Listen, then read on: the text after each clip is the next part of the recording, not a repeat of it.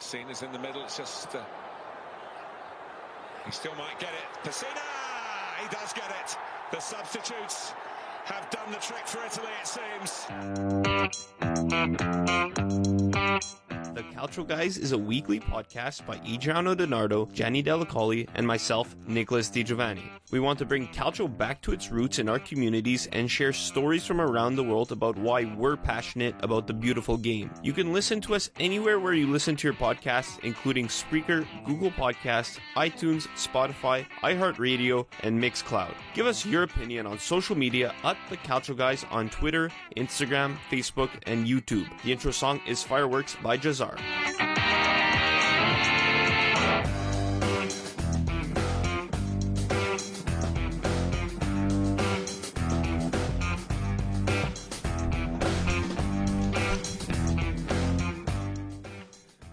Four games down, 3 games to go for the Azzurri in this quest for Euro 2020. Coming off the round of 16 win against Austria, looking ahead to the quarterfinal game against Belgium here on the Calcio Guys. Gianni Della Colli, Adriano Donardo. I'm Nicholas Di Giovanni, and joining us from Philly, we're completing our Philly Calcio Twitter guests. I think we've had like every single team on. We've had all the guys on it. You know him as Inter Philly on Twitter. Giuliano, how's it going? It's going well, guys. Yeah, I'm excited. Thanks for having me on. Thanks for coming. No problem. And there's a reason why I wanted to get an Inter fan on for this episode. We'll talk about that later. But before we get into the details about the Azzurri, normally what we ask our guests, how did you become an Inter fan? And obviously we know how you became an Azzurri fan, right? But tell us some of your favorite memories as an Azzurri fan. So I became an Inter fan. I didn't have a choice. My father put an Inter jersey on me like pretty much day one. So, you know, every day waking up, watching Calcio on Sunday with my father right next to me, some of the best memories I have. He didn't give me an option, but best Azzurri memories. So in 2006, I wish I had more to remember or talk about, but I was only 7 years old at the time. But I do remember watching the final with 2 uncles and my dad at our house. And during the penalties, you know, at the time I didn't really understand like the weight of the game and like how meaningful it was. So, you know, I watched the whole game, like asking questions, you know, all that, enjoying it with them. And then penalties come on, and I'm watching, like, you know, this is, like, the most exciting thing for a kid, like, you know, to watch the penalties, like, rigore after rigore. And, like, we take 2, the first 2 go, and my dad gets up, and he goes and sits on the stairs. And I'm like, we just watched the whole game, and now, like, this is, like, the most exciting part. I go over to him, I'm like, what's wrong? Like, you know, like, what's going on? And he's like, I can't take it. I can't watch it anymore. So that's my first memory. And then I guess like something that as I got a little bit older, I think that 2012 run, Super Mario, come on, man, nothing better. That Germany screamer, I'll never forget it, man. Yeah, and I think the superstitions kicked in there for your father. You know, Italians and superstitions are like bread and butter, right? So it's those little things that I think are special for Calcio fans, especially when you're young and watching the national team. And those small moments that you'll remember forever, right? We always say it on this show. You know, the 2006 will always remain in our hearts, best days of our lives. You know, Gianni, a bit older than us, he remembers tournaments a bit before that. But yeah, it's those little things I think that are so special, Giuliano. And so I don't know. Before we get like really into like the Austria game and stuff like that. Favorite players growing up, idols growing up. Who'd you look up to? Favorite players. So the first jersey I ever hung up on my wall was Francesco Totti, numero 10, the Azzurri kit. That was you know, as a kid, you know, Francesco Totti doesn't get much cooler than that. He was definitely my first favorite Azzurri player, and then also I really liked Andrea Pirlo. I'm a sucker for free kicks. The way he can move, what he could do on a dead ball, like that, just pure art to me. So yeah, definitely probably 2 biggest. And then I guess as I got a little older, definitely I was really, really interested in Balotelli, the Italian youth player, Interista. So I really liked I love that run. I mean, it's a shame that it turned out the way it did, but he'll have a place in my heart forever for sure. And so just basing myself off of what you said before, so you're probably 11 years old when Inter won the tripletta. So I'm pretty sure you have fond memories of it, but like, now that Inter's won the Scudetto this year, do you feel like this year's probably a bit more significant for you since you're much older to appreciate it? Or do you feel like as if the treble, like 11 years ago, was still memorable in your head? Yeah, so I don't remember that much from the tripletta season. I remember the crazy Maicon juggling goal. I remember the Barcelona game, I can see it still to this day. My dad falling to his knees, at the final whistle away at the Camp Nou. You know what I mean? Like that. This is the best team in the world, and we've just taken them down. I don't remember much from the games. So yeah, this year when we finally did win the Scudetto, and the final whistle blew against, I don't even remember who we closed it out against. Crotone, was it? I'm not sure. But I've, FaceTimed him, and he's like, this is your first. Like, this is, like, the first one you really understand the significance and, 10 years waiting, 10 years of pain, the banter era, So it definitely had a little bit more significance. It did feel like more my own first. So, yeah, definitely had a lot more significance, and what a time. Yeah. And where do you think they go from here? Like, what's your opinion of the whole matter? It's a very difficult situation, obviously. Hakimi's on his way out, so yeah, it's a shame. The biggest thing for me is just I'll just say it's just such a shame, just because we were going in such a good direction, and then Conte leaving and then having to sell a player of literally the best player in his position in the world. It's heartbreaking. It's a shame because I really thought. If we would, without the pandemic, or maybe without whatever's going on with Suning at the time, right now, we really could have shot for the stars and could have been big contenders in Europe. Really started to create a little bit of a dynasty, maybe something we saw at Juventus over the past 9-10 years. But I don't really have an opinion as to where it's going to go in the future. I'm not sure if this is we're really going to continue to take steps back. Just because there's so many question marks around Suning right now, the company is all over the place. You see different news going, positive news one day, and extremely negative news the next day. So right now I'm just trying to keep the boat steady, and we'll see where it goes. I'm not so disappointed that Inzaghi's coming, and it's only one player that's leaving in Hakimi, so it's not the end of the world. As long as Marotta's there, I think that I think we'll be okay. But it's just such a shame. I really thought we had something going there, man. And back to the Azzurri, I mean, wonderful stories about your dad, especially falling to his knees. Hopefully you guys could celebrate Italy winning this year, and you'll remember more. Hopefully it doesn't end in penalties, because I don't think any of us could take it. We were all young enough that, when I was watching those penalties, I didn't think Italy would lose. I was just like, Italy's going to win. This is going to be easy. Penalties are easy. They just score, Yeah, if that happens, oh boy, I don't think I'll be able to take it. Especially after, this week, Austria, a roller coaster of emotions, because it went from this. Puts it up towards Alaba, who rises well on Arnautovic. Arnautovic for Austria in the 65th minute at Wembley. To this. That's Spinazzola. Chiesa's in again here. Chiesa! Breakthrough for Italy. So the Arnautovic goal disallowed in the 65th minute. Thank you VAR. Thank God for VAR, because if this was Euro 2016, Italy could have been out straight up. But everyone kind of saw it was pretty clear offside. And then Chiesa coming on off the bench, scoring in extra time. They had to leave it late, but they did it. And you know what? This was only the second game of the round of 16. And at that point, Denmark already had beaten Wales 4-0. But looking at all the other games, looking how France lost to Switzerland, how Germany lost to England, okay, it's not that much of an upset.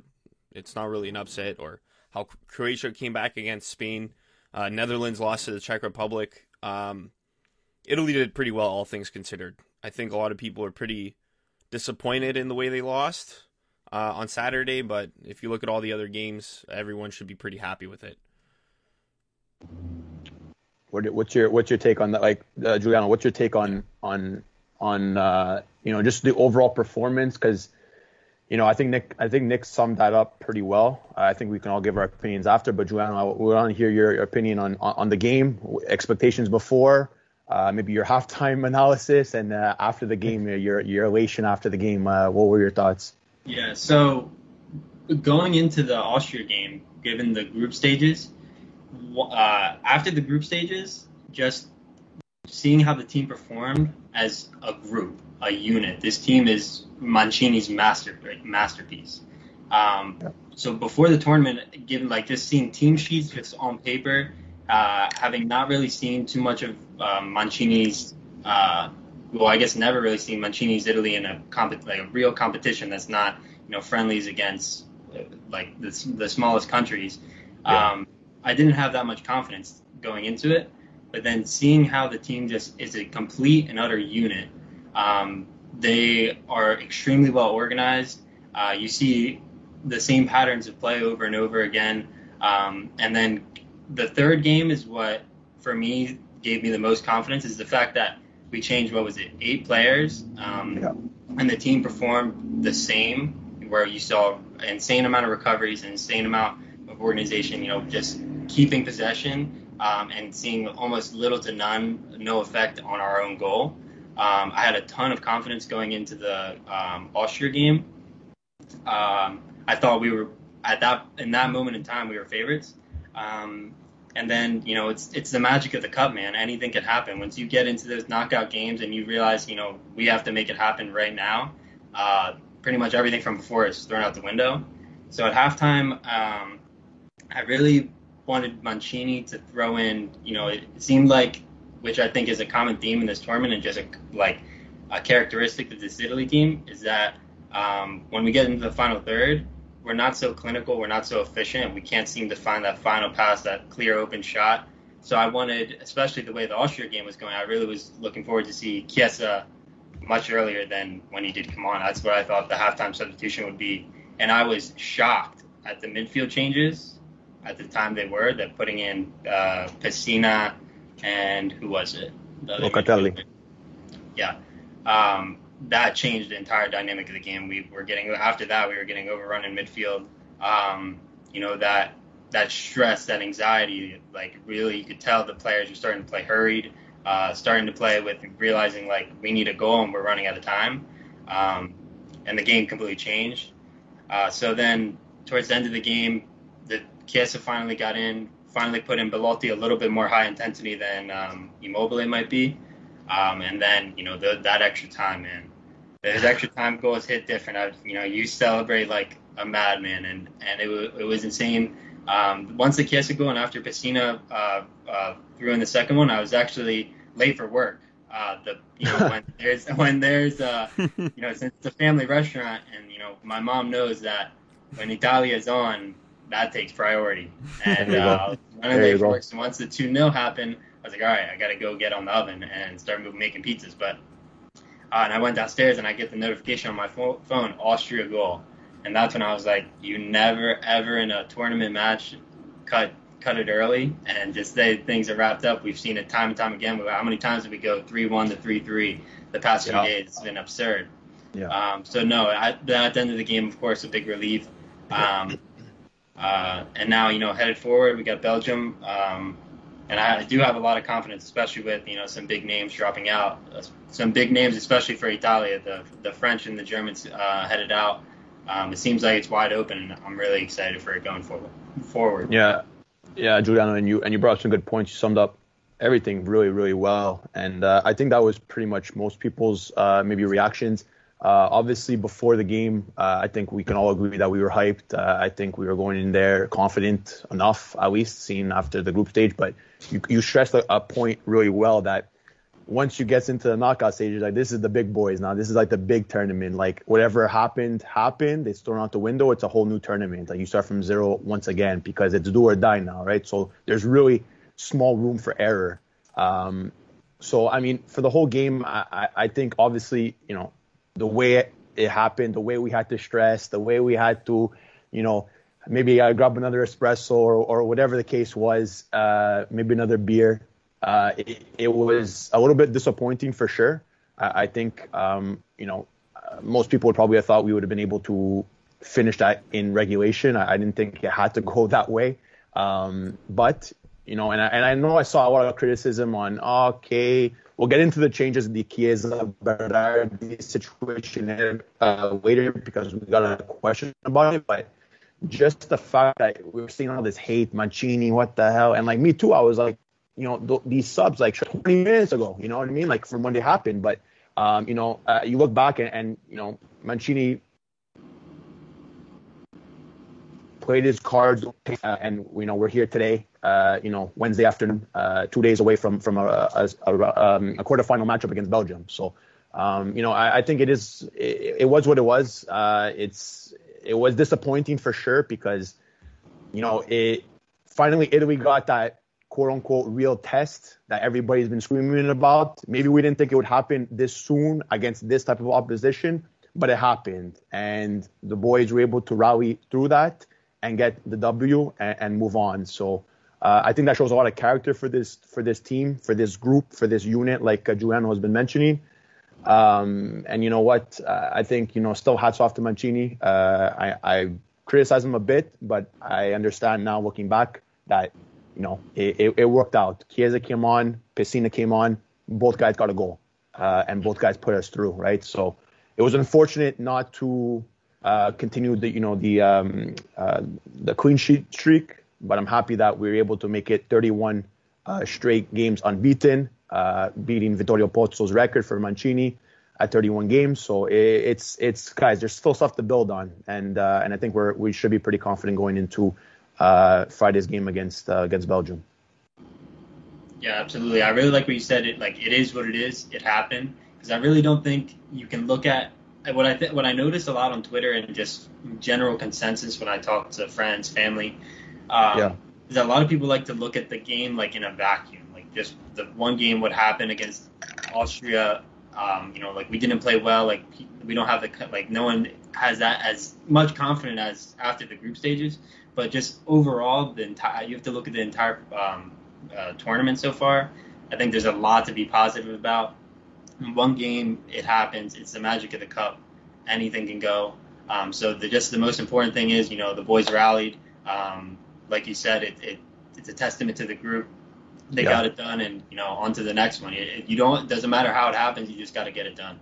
Exactly, and also just quickly, I think if any Azzurri fan thought that once we made it into the knockout stages that teams like Austria or whoever we would have faced would just roll over for us, it ain't gonna happen.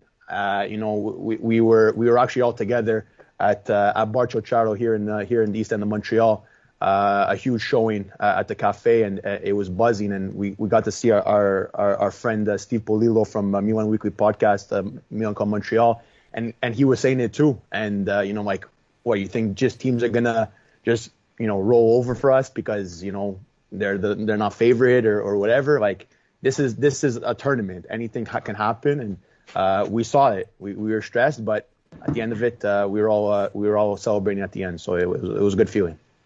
Absolutely.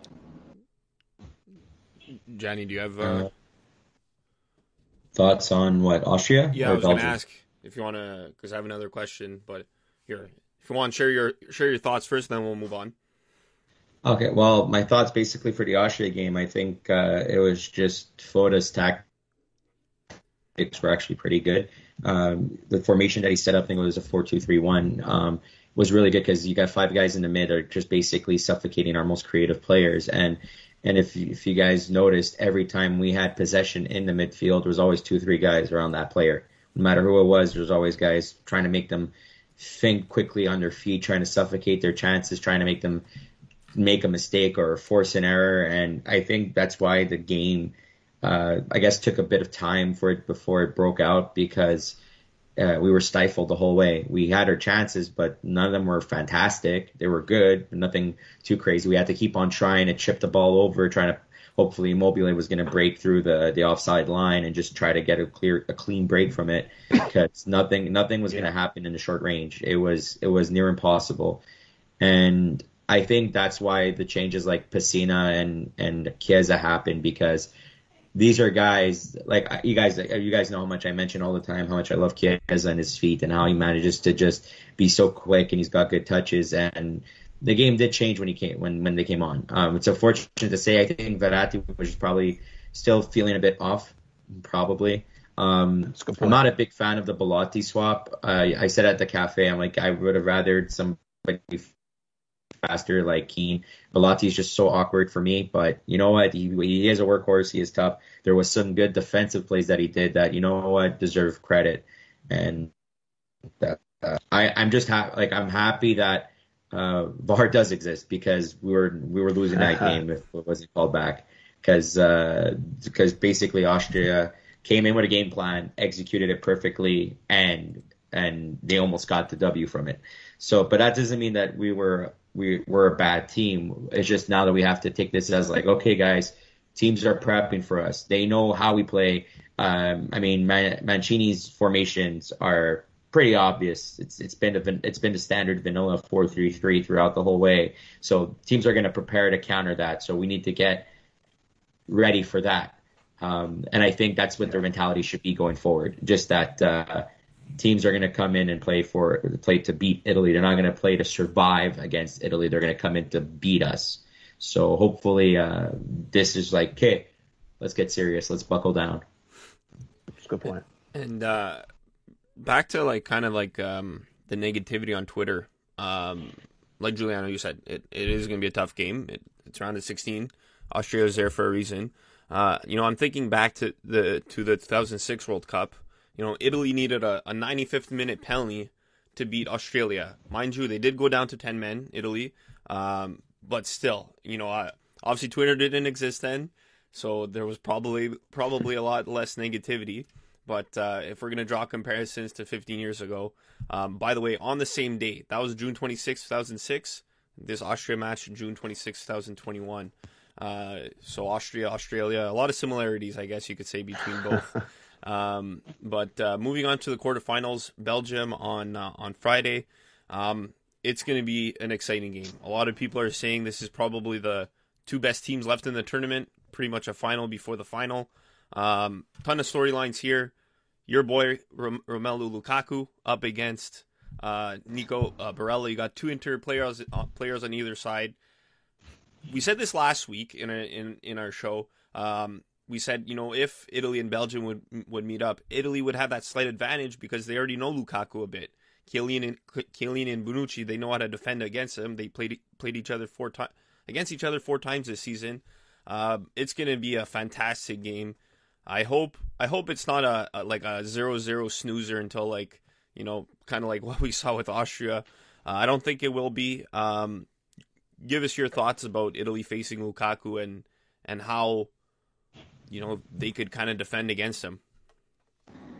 Yeah, so I guess it's not my take on this. Won't really be how can we stop him. It's going to be more how Lukaku can hurt us. So Belgium seem, especially in the Portugal match, they seem to feel fine having Portugal have the ball. And that's something that, this new age of Italia that, we push high up the field. We bring the center backs high. We're all 11 men past midfield. Watching Lukaku the past 2 years at Inter, I think he's at his strongest when he has space to work with and he's got room to run. So my biggest worry going into this game is, when Italy is pushing high and we're trying to find that goal, we're passing the ball back and forth through the midfield, trying to find space, which I expect Belgium to close down. Romelu Lukaku is one of the most deadly attackers on the planet in the counter. So that's where I see he could hurt us a lot. It's going to be really interesting to see how the game shakes up, just because in all the Euro games so far, we've seen us, have the ball for most of the time, just pretty much playing in the opponent's half. So, it's a big step up when you have De Bruyne, Hazard, and Lukaku, the front three. So we'll have to. It's going to be probably a very different game than we've seen the past four. And I just really hope we can hang on. And it's the magic of the cup. Anything can happen. I really think we can do it. It's definitely not far off. But there is the comfort in the fact that we've seen Chiellini, Bonucci. I'm not sure if Chiellini's going to play, but even Acerbi, all very physical. All have neutralized Lukaku in the past when they've had him. But then again, those games are very different in terms of just how the game flows. So, when Lukaku is on the counter, all I have to say is just look out. That man is deadly.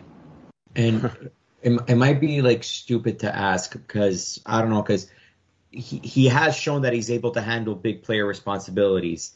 Bastoni, do you think maybe since he does play with Lukaku, knows him very well, you think maybe he might be a logical choice for this? I know he's very young. I know a lot of people have that nervousness of putting somebody in an important role in a quarterfinal game, especially against the number one ranked team in the world. But I mean, Bastoni's been like he handled Gareth Bale this tournament so far. And Bale's not, even though he's in the twilight of his career, he's still not an easy player to handle.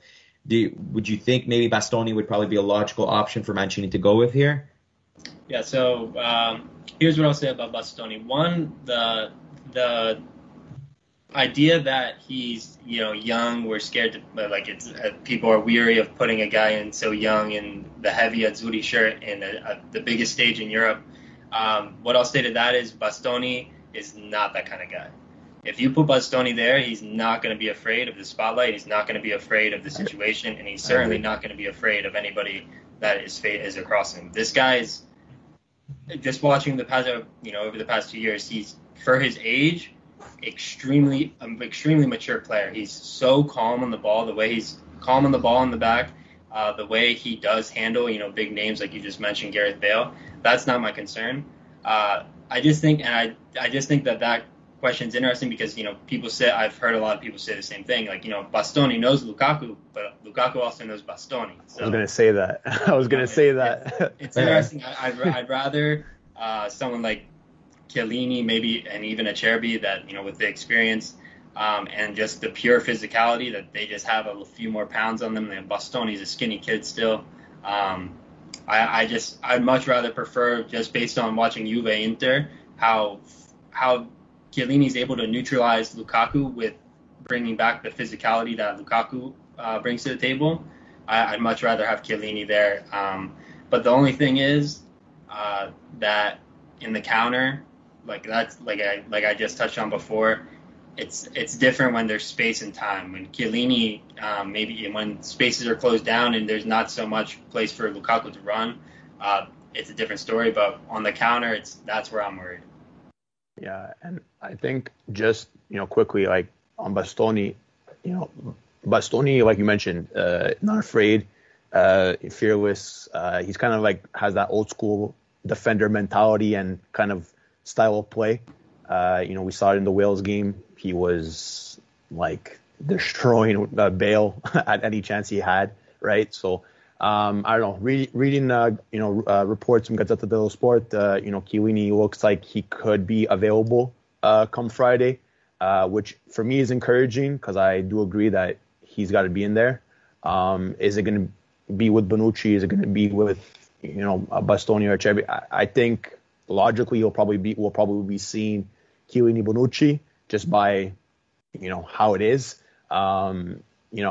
But I still think that we can manage with on the counter. I know our back line isn't the quickest in terms of central defenders. Talk about our wing backs, that's a different story. I think Spinazzola and Di Lorenzo have been for me fantastic so far this tournament. But again, they have to worry about Lukaku, but they have to worry about Belgium as a whole. It's not just one player, I think. Obviously, Lukaku is a big focal point. In terms of other players they have to worry about, they have so much talent in Belgium. They're still in that golden generation that Johnny likes to always say, and I think it's the truth. But again, reading also reports that, De Bruyne, Eden Hazard, might not be available or won't be available come Friday. That's something else to think about, right? So, and something else to kind of prepare for and kind of analyze. I don't know. I don't think we should be jumping up for joy. Oh yeah, De Bruyne is out, Hazard's out. This team still has other players that can step up. If they don't even need Eden Hazard, they can just go with Thorgan, and he can put up a crazy shot from outside the box and score, right? Yeah, so Eden's not even the best informed player in his family right now. Yeah, right now, exactly. So it's tough, right? So in terms of with those guys out, Giuliano, are you feeling more confident, less confident? Where do you make your opinion on the matchup? Yeah, so De Bruyne out would be massive. Obviously, yeah, there's 10 other players on the field. But De Bruyne would be a big miss. He's one of the best midfielders in the world for a reason. Eden, that doesn't do anything for me just because the way that this guy, the past 2-3 years, one with the injuries, on top of that, this man has gained a lot of weight. Can we this guy does not move the same. His game is based on being quick in and out of turns, accelerating, decelerating. He's just not that same guy anymore. Thorgan definitely is the better Hazard. So I don't think Eden would be missed if he wasn't on the field. Otherwise, it's still a big plus for us. Players that would be expected to be in the starting 11 aren't. That's hard for any team. Advantage us if they can't play. But of course, I would never wish for any player to not be there. Of course, just players that they can come off the bench. We see Ciro Mertens. Yannick Carrasco, these are other players that, are dangerous in their attack, right? And, I know their midfield is whatever, their defense, I think we have the edge in that as well. Obviously Courtois is pretty world class on his day as well. So, it should be interesting. I think we should be able to be confident enough to say that we can go to Belgium and get the win. If anybody watched their game against Portugal, I don't know, man. We could have easily been sitting here today and talking about Portugal, Italy, right, guys? I think we can all agree to that. Belgium looked okay, but they didn't look anywhere near the Belgium that we thought they would be in that matchup. I don't know if you had any other thoughts on that, Giuliano. Yeah, no, for sure. Against Portugal, going into the tournament, I thought, Belgium was right up there in terms of, obviously, since then, the French have fizzled out, but I thought it was the top two teams were going to be France and Belgium. Just from what I've seen watching Belgium, they are not close to that team, and France turned out to be the same way. So as what you said, as far as their defense goes, Vermaelen, Vertonghen, Alderweireld, just those guys are past their prime. I think they aren't as big of a worry that they would have been 5 years ago. So I think we can it's so close. I think it's a really good matchup, and just hopefully the game goes our way. I think it's going to come down to just who's more clinical at the end of the day, and we'll have to just see what happens. But I really think, absolutely we can get it done. It's definitely not far past us, and I'm sure the players really believe that they can go get this W. And actually, you go, Nick. You go. I was just gonna ask, any predictions for the game? It's okay if you don't. It's okay. Julia, go sit on the stairs. Yeah, absolutely. You don't want to give that as Italians, I'm not gonna can't give predictions. If I say we're gonna win, then if we lose, then I'm gonna think about that. I'm gonna blame that for the next. Yeah, absolutely. I'm gonna blame that for the next 10 years. So no, I don't want to give any predictions. I just hope. And we're always better as the underdog. So I'll leave it like that. And that's what I've been saying the whole tournament. I've been trying to keep the same theme. I'm not trying to hype these guys up too much, because every time we're hyped up too much, it's never that way, and we always seem to find a way when we're counted out. Yeah, I agree. This game is in Germany against a country whose flag colors are black, red, and yellow, and it seems like we've had good history with that in the past. Not a semifinal this time. But you know what? I think we could do it. Of course, I'm not going to say Italy's going to lose. Come on. I think we could do it. Of course, it's going to be a tough game. I think it's the final before the final. I think whoever wins this game has a legitimate shot at winning the entire tournament. And yeah, it's gonna be tough. But you know what? If Chiellini's able to shut down Lukaku like he's done this season for Juve, and if Immobile could take advantage of that slower back line on Belgium, I think we could do it. I don't know. What do you guys think? Adriano and Johnny. Johnny, you want to take it away? Well, yeah, no, Nick, you touched upon what I wanted to say. I think the key factor for us in this matchup is going to be speed. Speed along the wings, basically. We've shown at this tournament that we are pretty fast along the sides, and I feel like as if that's what's going to be the difference maker if we want to win this game. I don't think, to generalize it, I don't think we can outmuscle them. I don't think we can especially when those 50-50 balls happen. I think we're the underdogs compared in that type of aspect. But in terms of being the quicker team, I think we are. I think if we just use that to our advantage, we can probably come away with the victory. But as other games have shown this entire tournament, you could have a 3-goal, 2-goal cushion, and sometimes it's not enough. So I'd say take it play by play, minute by minute. Hopefully, win the small little battles that it adds up to the big victory. That's what I hope they do on Friday. Yeah, and I think it's going to be interesting, right? Like we had that, like we said earlier, we had the quote unquote real test, our first real test against Austria. We had pretty much our same lineup that we've seen, to start off the tournament, and just our normal 11. So now I'm curious to see what Mancini does for Belgium. We got a question, I believe it was from Zachary Thornton, if that was on Instagram or Twitter. I don't have it in front of me, so correct me if I'm wrong. But saying the big question, the big elephant in the room, Berardi or Chiesa. Now, I know everybody has a different opinion about this, and people will take this to heart if you go against what they have to say, right? But just to give an overview, I think Berardi, and I've been a Berardi defendant since we started the tournament. He showed up when it was needed. In my personal opinion, to open the tournament, those first 2 games, I think he played well. Obviously, Chiesa in the third game, he got man of the match, but at the same time, I think it could have maybe went to another player. Like, he was active. He didn't score or get the assist. He was always close, but he was present in our attack. Obviously, he's the superhero, against Austria to come on. And again, guys, that touch with the right foot to put it down and shoot it with his left, that was picture perfect.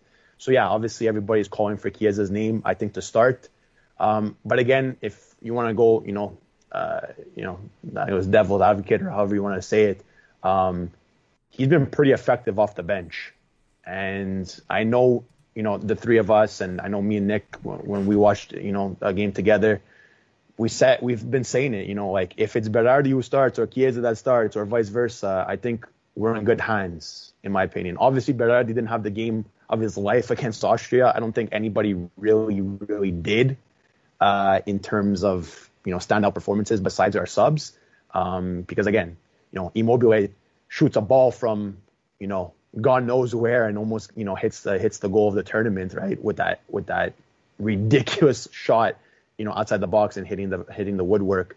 But again, besides that, he was active, but nothing special, right? So I'm curious to see what the lineup is going to look like come Friday. And Johnny stressed a point before about Verratti. Verratti didn't look himself. He looked okay. He didn't look himself. So Giuliano, I guess the question is where do you see the lineup?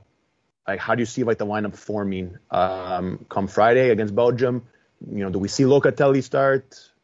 Do we see Chiesa start? Does he go back to the vanilla 4-3-3 like Johnny's mentioned? What's your take on that? Yeah. Well, first off, I want to say, as far as Berardi, Chiesa, that whole debate, what a good problem to have. You know, for me, I just personally, I just think that Berardi should always start the game, just because I think Chiesa is the perfect super sub. Putting him on, 70th, like 65, 70, between 65 and 75, like he's like the Tasmanian devil, man. Like his change of pace, like the impact he can have on a game just with just how he runs around and how high intensity player he is. And he's really great off the bench, and I always like him to come on in that time. That's just my preference. Otherwise, I think it's pretty much going to stay exactly the same, just depending on Chiellini, if he's healthy or not. But for me, when the debate between Verratti, Locatelli, I want to always see Verratti, just because I think there's levels to football, and I think just Verratti is on another level. And I think we saw that when he came back against Wales. Like, yeah, Locatelli played the game before like a madman, but there's levels to this game, and Verratti is up there. So I would really like to see Verratti, Jorginho. For me, I see a lot of criticism just because, is this guy even on the field, whatever. But that's when you don't hear from Jorginho, that means like it's going well. And he keeps the tempo, he keeps the pace. He's the engine of the Azzurri, so I don't think that changes. For me, Barella has not been up to Barella standards so far this tournament. He's, from what I'm used to at Inter, this is a game I really need him to step up. He's that kind of player, and he needs to show that he is that kind of player in an Azzurri shirt, and bring it against Belgium. Yeah, I was gonna touch upon that too later. I'm glad you brought it up though about Barella. Well, what you said about Jorginho, I'm pretty sure Sansone said that almost word for word last week. If you don't notice, he's having a good week, good game. I wanna ask about the other Euro games, unless you guys have other Italy questions. Well, I wanted to maybe talk a bit more about Barella, just seeing that it's your Inter guy, Giuliano. And you kind of brought it up quickly just now. I think, I go way back to, I don't remember what number episode it was, but when we had our boys Pizza Calcio on, and we were talking, who's going to come out throughout this tournament, who is going to shine. And I think a lot of people definitely had Barella's name in there. And I think us included. At least I can say for myself. I don't want to say he's been a disappointment, because he's still a fantastic player. He's box to box. He works hard. I'm sorry, I'm swearing, but that fucking yellow card was bullshit. I'm sorry. That whole yellow card thing with Di Lorenzo and Barella, for me, total BS. But again, we move on from that. So I don't know.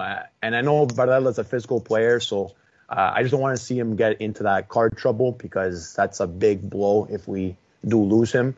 If we do pass Belgium. So just if you want to expand more on Barella's play, what does he need to do, to be more efficient? Where do you see him, in this Belgium game, and if we do pass Belgium, going forward into the tournament? Yeah. So for me, this is going to be my bias coming out a little bit. Barella is the all-around perfect midfielder. There's not really one thing that he can't do. I think he does everything pretty well. And in Inter, it seemed when you would watch an Inter game, it was impossible to not notice Barella. Winning balls, coming back and recovering balls, putting beautiful crosses like that. We see him a lot of times. Seems like he gets the free roam a little bit wide, drift wide, and put in crosses even for Italy. That he always seemed to find a man. It was always a great cross. He can shoot on goal. He just can be a pure menace all around, and it just hasn't been there for Italy. He still does the dirty work, and he's still very important to the squad. And I wouldn't even say he's been bad. He hasn't been Barella that you expect. Win the ball, pick it up, take it down the field, dribble a player or two, and find a pass. it just hasn't been the same. It's taking some time for him to click, and that's why I said, like, this is the time. If there's any other time, it would be now to show up and do what you can do. That's a good point. And so we'll talk about the other games. A lot of surprises. We talked about it briefly at the top. France knocked out. Netherlands knocked out. Germany out. Portugal out. So the 3 teams from the group of death are dead. In reality, a lot of people were talking before the tournament how Italy could face France in the semifinals. A lot of people, weren't happy with that, this and that. But we all forgot that actually has to happen first. And so I think either Italy's or Belgium's path to the final got easier because Spain and Switzerland, Spain, they score a lot. They've scored 5 goals in each of the last 2 games, but their defense isn't anything special. And Switzerland, I mean, they have to play a perfect game to win. But what do you think about the other games, and what do you think about Italy's path to the final now that they don't have to face France? Yeah, this is like what everyone would want, right? Like, this is like the dream scenario. Like, the tournament is busted wide open. Anybody can win. You look around, and now I guess you could say the 4 big teams: Italy, Belgium, Spain, England. Any one of those guys could go ahead and win it. I don't think there's one that is particularly way further ahead than the rest. And the smaller teams still being in the mix, that makes for just even more excitement. As a viewer, as a neutral, this is pretty much exactly what you want. But as far as like from an Italy standpoint, like, this is also exactly what we want. Like, this is, like you guys said earlier, this is like pretty much could be like a final for us. It's probably the 2 best teams left. If we can go ahead and win this game against Belgium, it looks like we can easily get to the final. And, no disrespect, Spain, or even if Switzerland somehow finds a way to get through. It's just a reality that we have a good chance. So yeah, there's a big chance for Italy to go ahead and win the whole thing. I'm not going to say like that, it's almost a sure bet, but this is just what you would want. This is a dream scenario for us. We can go and do it. Yeah, and I think it's interesting because, guys, I think we still have to stay grounded. We still have Belgium to face Friday. It's 1 game at a time with this Italy team, I think. And, obviously, I don't think anybody would have thought that France would have been bounced out by Switzerland the way they did. And you know what? Credit to fucking Switzerland, man.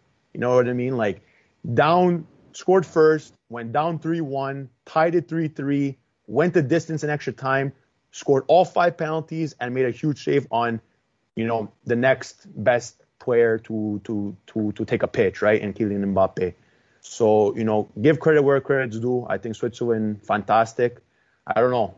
Maybe France lacked some intensity. I don't know. That's to you, Patrick Vieira. But no, jokes aside, guys. I think I think it's interesting. Going on the other side, Ukraine, man. Ukraine. That was, I mean, we said it. I know Johnny mentioned it in shows past. How they topped their qualifying group, how they could be a dark horse. They're proving it. Denmark, fantastic against Wales. I think that doing it for Eriksen is still in their minds and still in their hearts. So it's kind of a Cinderella story over there. England, I don't really have much of an opinion on. I haven't really been able to actually watch their games just because I've been at work and stuff. Their group stage for me wasn't anything to write home about. I guess they caught Germany sleeping in their game. I don't know. I didn't really watch it. Sterling has been playing well. But again, I think Giuliano, you said it well. It's wide open.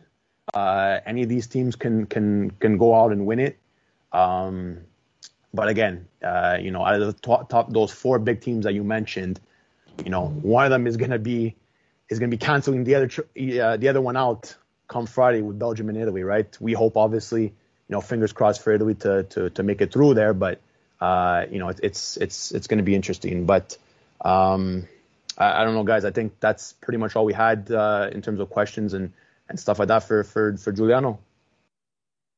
I don't know if any of you guys wanted to add anything. Yeah, that's it for me.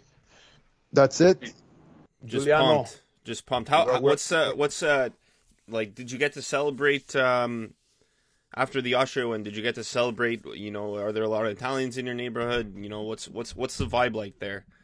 Yeah. So right now, I wish I was in. So I'm like usually I would be at school, but this summer I'm in a gap between apartments, so I had to come home for the summer. So I'm in like small town, middle of nowhere, where it's literally just me and my dad like that get to watch the games together.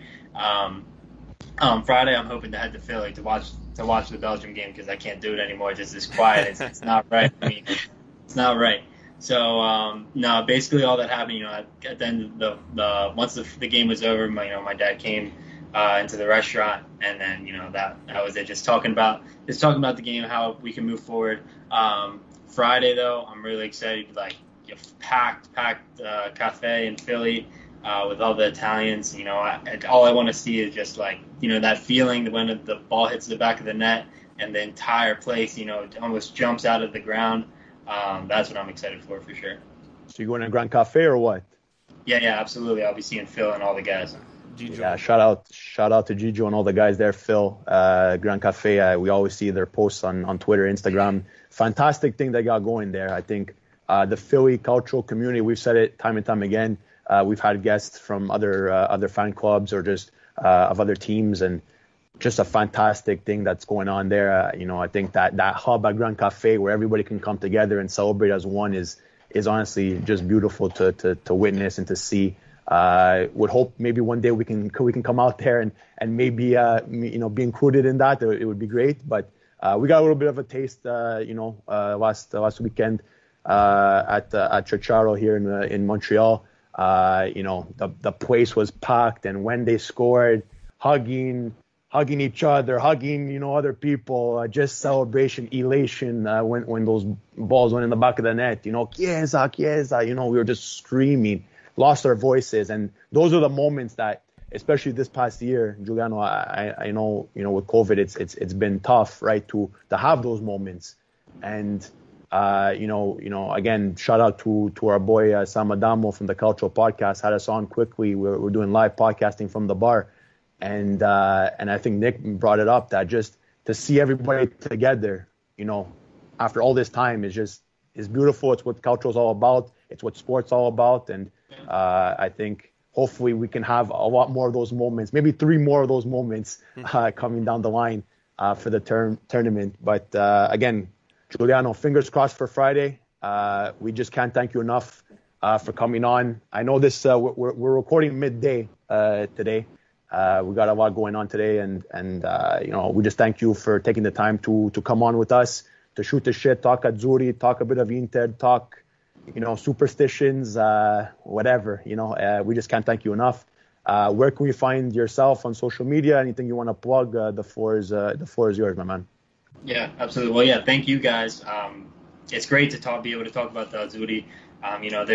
We're few and far between, across the pond. So yeah, it's always great to be able to talk about it with fellow Italians. So yeah, thank you guys. But yeah, you can find me at my Twitter handle, InterPhilly. But actually, I'm not sure if you guys are familiar with Rocky Bobby RB from Twitter. We just started a new Serie A podcast, just us two, and something a little bit more light, with a little bit more fun spin on it.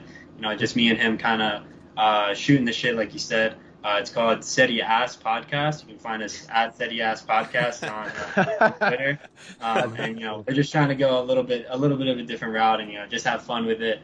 Make fun of some players, make fun of some tweets, and just have a good time. So, thanks, guys. I appreciate it.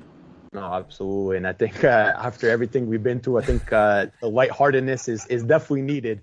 So definitely, guys, give Giuliano and his podcast a follow. We'll definitely look into to following you guys as well.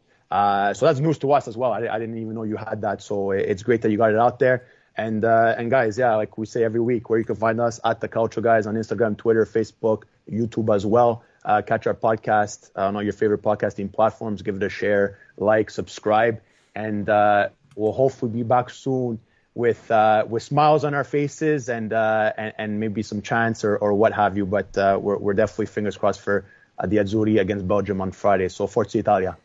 And some news from the Calcio guys. We've been added by feedspot.com to the top 15 Serie A podcasts. So thank you to the guys over at feedspot.com. Much love. Thank you. Some great podcasts on this list. We're slotted in at number 11, and Adriano and Gianni, you know that's my favorite number, so I'm happy to see number 11, the Calcio guys, just follows me everywhere.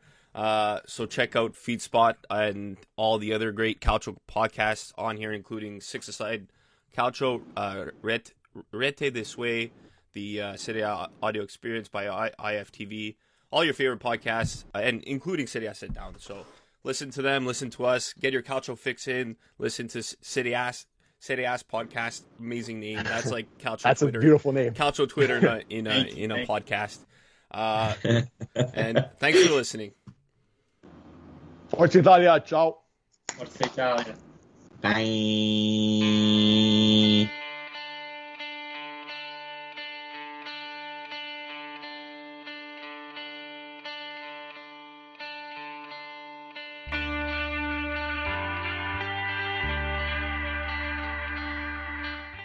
The Calcio Guys is a weekly podcast by Adriano Donardo, Gianni Delacoli, and myself, Nicholas Di Giovanni. We want to bring Calcio back to its roots in our communities and share stories from around the world about why we're passionate about the beautiful game. You can listen to us anywhere where you listen to your podcasts, including Spreaker, Google Podcasts, iTunes, Spotify, iHeartRadio, and Mixcloud. Give us your opinion on social media at The Calcio Guys on Twitter, Instagram, Facebook, and YouTube. The outro song is The Last Ones by Jazar.